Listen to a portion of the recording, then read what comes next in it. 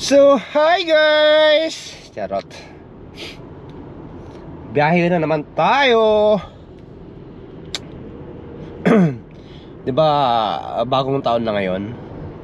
So, bagong taon, ibig sabihin sa mga kagaya namin na nagtatrabaho dito, sa mga minimum wage, yung sa grocery namin, nag-expect kami lagi ng increase every year. So, every year kasi yung increase sa amin. Kanina, maaga pa lang, ginugulo na ako ng mga kasama ko. Kasi ako na yung ako yung inaantay nila, kasi nagtatanungan kami kung magkano yung yung nadagdag sa amin na sahod. Yung mga kasama ko, kinukulit nila kung magkano increase, kasi dito sa amin, depende kung gaano kakatagal yung gaano kakatagal ka trabaho sa trabaho mo, yun din yung increase sa'yo. Ako yung pinakamatagal doon, magti 3 years na ata. Ay, wala pa, may 2 years kalahati pala. Tapos sila yung iba kasi mag 1 year pa lang. So sa amin kasi 6 months. Pag 6 months ka dyan na nabutan mo yung increase ng sahod, meron ka ding increase. Yun yung pinakamababang dagdag sa'yo.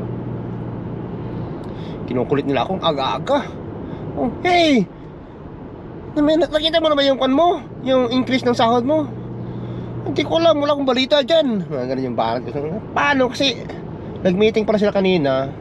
Sabi nila nung linggo daw nag-effect yung increase ng sahod namin. Hindi ko naman tinitingnan kung magkano na yung sinasahod ko dyan. Basta ang alam ko lang, every year nag-i-increase. Tapos ang alam ko wala pang $1 yung increase.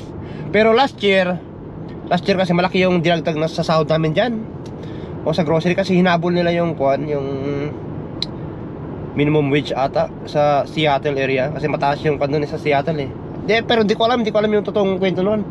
Basta yun lang yung kwento sa akin. Yun lang din sasabihin ko sa inyo.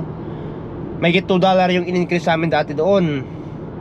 So dati yung starting rate sa amin dati parang 1780 ba yun? O 18, basta mga ganun. Ngayon malaki na, nasa 20 na ata yung yung starting nya. So malaki yung pagbabago ng sahod ngayon sa amin. Tapos yung natagdag sa amin yun, yung may $2. Tapos ngayong buwan, last week, ng linggo daw, sabi nila sa meeting kanina na natagdagan na yung sahod namin, nag-effect na doon ng linggo.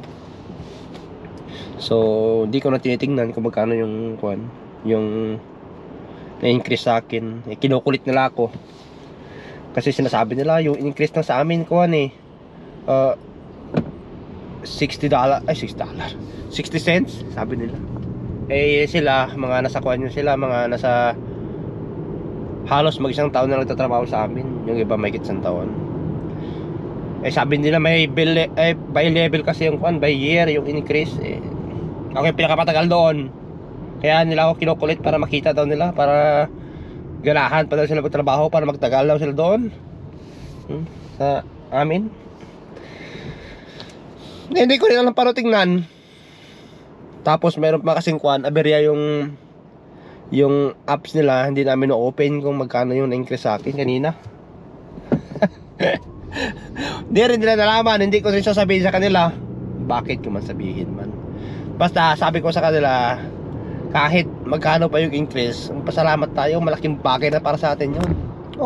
Kahit pa walang kahit pa 50 cents mga ganun yung increase sa'yo, okay lang yun. Bakit ka magre-reklamo? Ang importante may trabaho ka, diba?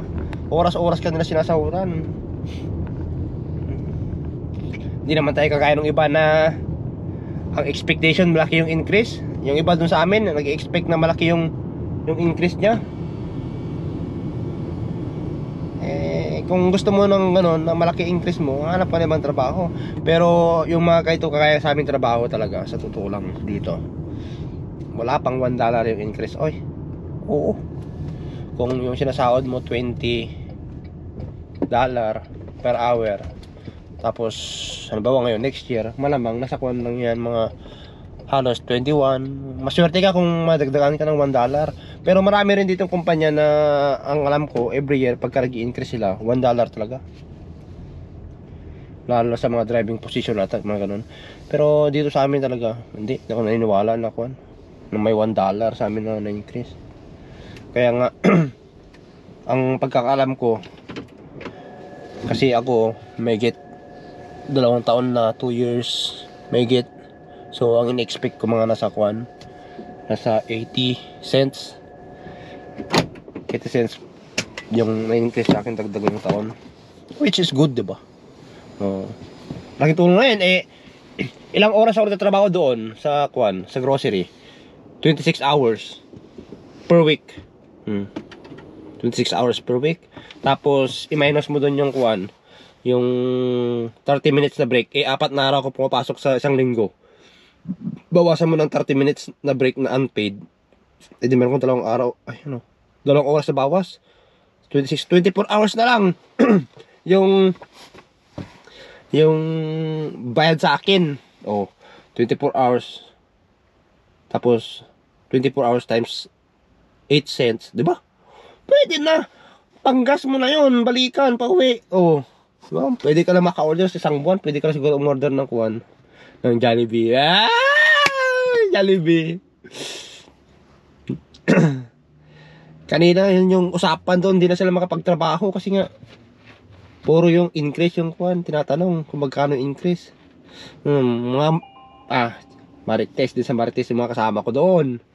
Sobra pa sa Marites. Akala ko nga dati mga Pilipino lang yung mahilig magkipag-chismis. Nako, matindi rin yung mga kasama ko. Pag mga ganyan, mga increase, kung ano yung mga nangyari, kung ano yung mga chismis, mga ganun, alam nila kung sino yung umalis na, kung sino yung wala na, tinanggal. Alam nila kung sino. Ano dahilan. Ako. Matindi rin sila ka chismosa.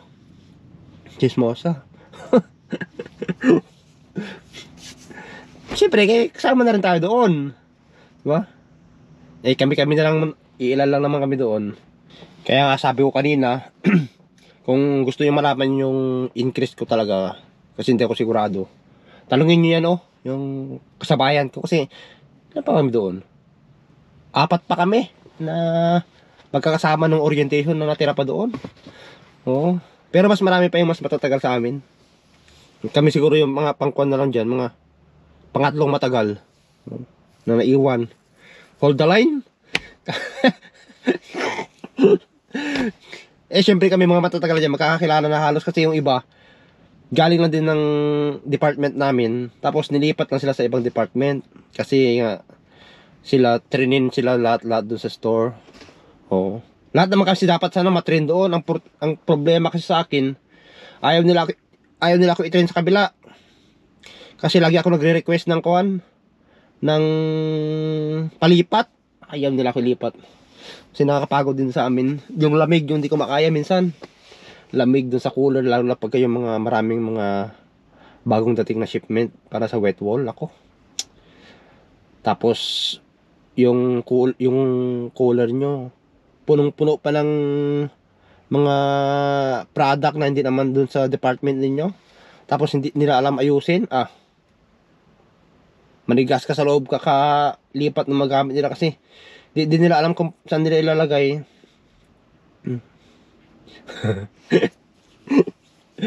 So yun, di ba? Ang importante, may increase na naman yung sahod natin.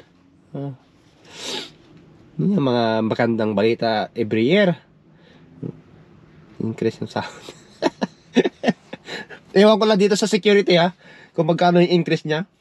Wala pang increase. Dito naman sa security, every year din, pero February 1st yung start ata, yung effectivity niya.